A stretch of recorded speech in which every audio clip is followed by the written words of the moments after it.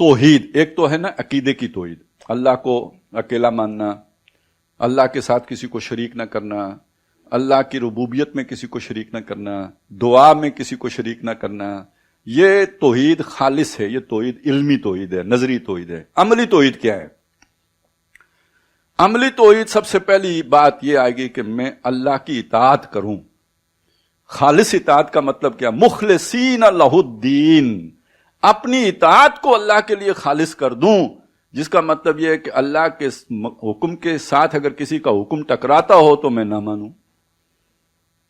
یہ میری انفرادی سطح کی بات ہوگی، یہ میری اطاعت اللہ کے لیے خالص ہوگی۔ ماں باپ کا حکم بھی ٹکرائے گا تو نہ مانوں، برادری کا حکم ٹکرائے تو نہ مانوں، رواج ٹکرائے تو نہ مانوں، میں اپنی اطاعت اللہ کے لیے خالص کر لوں۔ یہ عملی توحید ہے۔ اور اسی کا ایک پہلو یہ ہے کہ میں اپنی دعا بھی اپنی اطاعت کی طرح اللہ کے ساتھ خالص کر لوں۔ ادعوا اللہ مخلصین لہ الدین، اللہ فدعوا اللہ مخلصین لہ الدین، اللہ کو پکارو اپنی اطاعت اس کے لیے خالص رکھتے ہوئے۔ تو دعا بھی در حقیقت یہ بات سمجھ لیجئے، یہ ہم مانتے ہیں کہ اللہ تعالیٰ علی کل شیء قدیر ہے، دل سے مانتے ہیں، ہمیں یقین ہے اس بات کا کہ اللہ تعالیٰ علی کل شیء قدیر ہے۔ تو جب وہ شیء قدیر ہے تو مجھے جو کچھ بھی ملا ہے کس نے دیا ہے؟ اللہ نے دیا ہے۔ تو جو مجھے کل ضرورت ہوگا کون دے گا؟ یہ میں مانتا ہوں، تو میں اس سے مانگتا کیوں نہیں ہوں؟ بہت اہم سوال ہے، میں اس سے مانگتا کیوں نہیں ہوں؟ میں کیوں چاہتا ہوں کہ میرے لیے آپ دعا کریں؟ چلیں ایک تو یہ ہوتا ہے نا، ابھی ہم یہاں بیٹھے ہیں، آپ نے مجھ سے کہہ دیا دعا کریں، میں نے آپ سے کہہ دیا، یہ اور بات ہے۔ لیکن میں یہاں سے چل کے کسی شہر جاتا ہوں، کسی بزرگ سے ملتا ہوں، ان سے کہتا ہوں میرے لیے دعا کریں، یہ اس کی کیا تک ہے؟ میں خود اللہ سے کیوں نہیں مانگتا؟ میرے دل میں چور ہے، مجھے پتا ہے میں اللہ کا حق نہیں ادا کر رہا ہوں۔ وہ میرا چور مجھے کہتا ہے تمہارا منہ نہیں ہے کہ تم اللہ سے مانگو۔ یہ غیر شعوری پروسیس ہے، لیکن اگر اس کو آپ سمجھنے کی کوشش کریں تو پروسیس یہی ہے۔ یہ میری اپنی بے شرمی ہے کہ جو مجھے اس قابل نہیں چھوڑتی کہ میں اللہ سے مانگ سکوں۔ میں کہتا ہوں میرا منہ نہیں ہے، تو پھر کسی منہ والے سے کہتا ہوں کہ میری سفارش کر۔ یہ بات اللہ کو اور غصہ دلاتی ہے کہ الو کے پٹھے، تو میری بغاوت کر رہا تھا تو میں نے کون سا تمہارا رزق روک لیا ہے؟ تو میری رحمانی رحیمی کو نہیں جانتا کیا؟ تو میرے پاس آ نا، بے شک گناہگار ہے، بے شک تو آلائشوں میں لتھڑا ہوا ہے، آ تو صحیح۔ ہم تو مائل بکرم ہے، کوئی سائل ہی نہیں، راہ دکھلائیں کسے، کوئی راہ روئے منزل ہی نہیں۔ اذا سألک عبادی انی فانی قریب، جب میرا بندہ تجھ سے میرے بارے میں پوچھے تو میں تو قریب ہوں۔ یعنی اگر کوئی دور گیا تھا تو وہ بیوقوف گیا تھا نا، میں تو اس سے دور نہیں ہوا تھا۔ ماں تو دور نہیں ہوتی، ماں سے 70 گنا بڑھ کر محبت کرنے والا کیوں دور ہوگا؟ انی قریب، میں قریب ہوں۔ اجیب دعوت الداعی اذا دعان، ہر پکارنے والے کی پکار پر لبیک کہتا ہوں جب پکارے۔ یہ توحید عملی توحید ہے، اور اس کا جوہر، اس کا ایسنس دعا ہے۔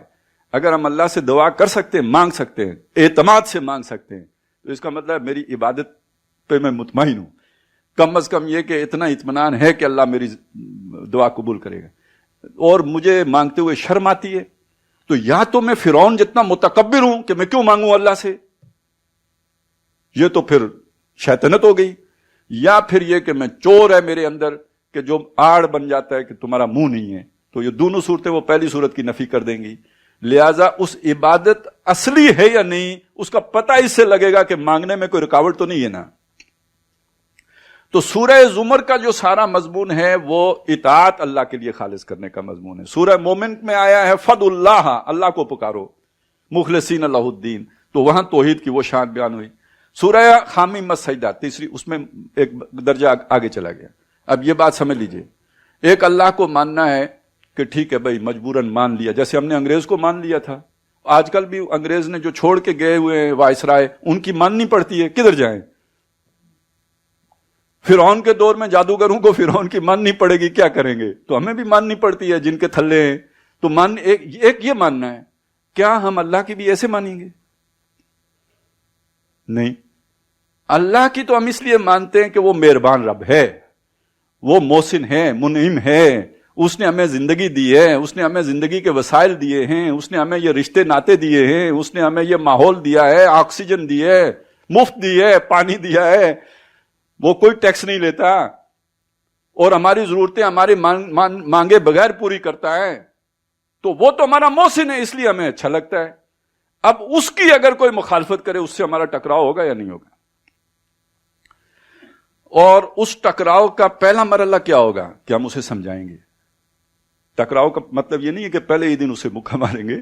ٹکراؤ کا مطلب یہ ہے کہ پہلے ہم اسے سمجھائیں گے کہ دیکھو ایک رب ہے، وہ ہمارا بھی رب ہے، تمہارا بھی رب ہے. ہمارا نویکلا رب نہیں ہے، ہمارا ہی نہیں ہے، تمہارا دشمن نہیں ہے. جتنا ہمارا ہے اتنا ہی تمہارا بھی ہے. رب العالمین. تو تم بھی اس کی مانو، اسی میں تمہاری بھی فلاح ہے، ہماری بھی فلاح ہے.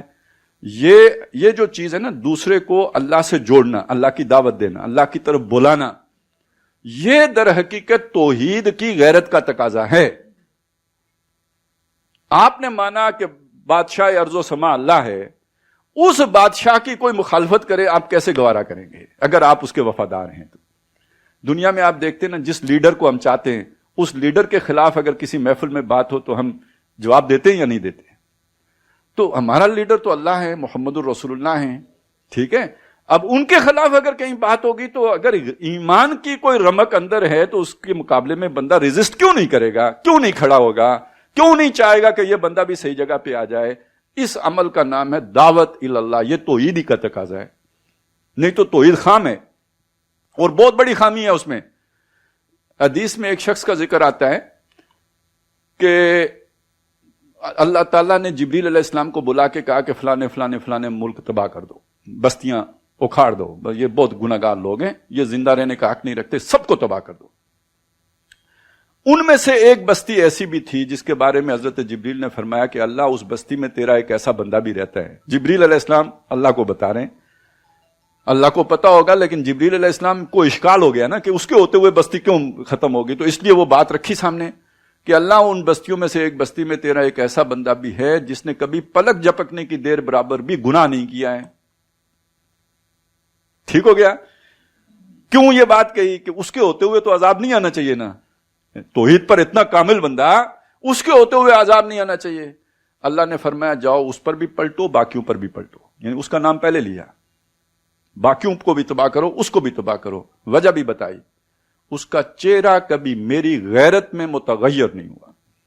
خود تو بہت نیک تھا، نو ڈاؤٹ، لیکن مسئلہ یہ تھا کہ بغاوت تھی اور وہ اپنے حجرے میں بیٹھا اللہ اللہ اللہ اللہ کیے جا رہا. باہر نکل کے اس نے مجھے نہیں منوایا تو وہ بھی مجرم ہے. جس انجام سے باقی بستی دوچار ہوگی اسی انجام سے وہ معاہد بھی دوچار ہوگا. گویا توحید کے پیکج میں یہ شے بھی شامل ہے کہ آپ نے اللہ کے دین کی دعوت دینی ہے، لوگوں کو اللہ سے جوڑ. یہ کام اگر نہیں کرتے تو باقی پر کراس لگ جائے گا دنیا کے اعتبار سے. آخرت میں تو شاید بچت ہو جائے لیکن دنیا میں تو کراس لگ جائے گا.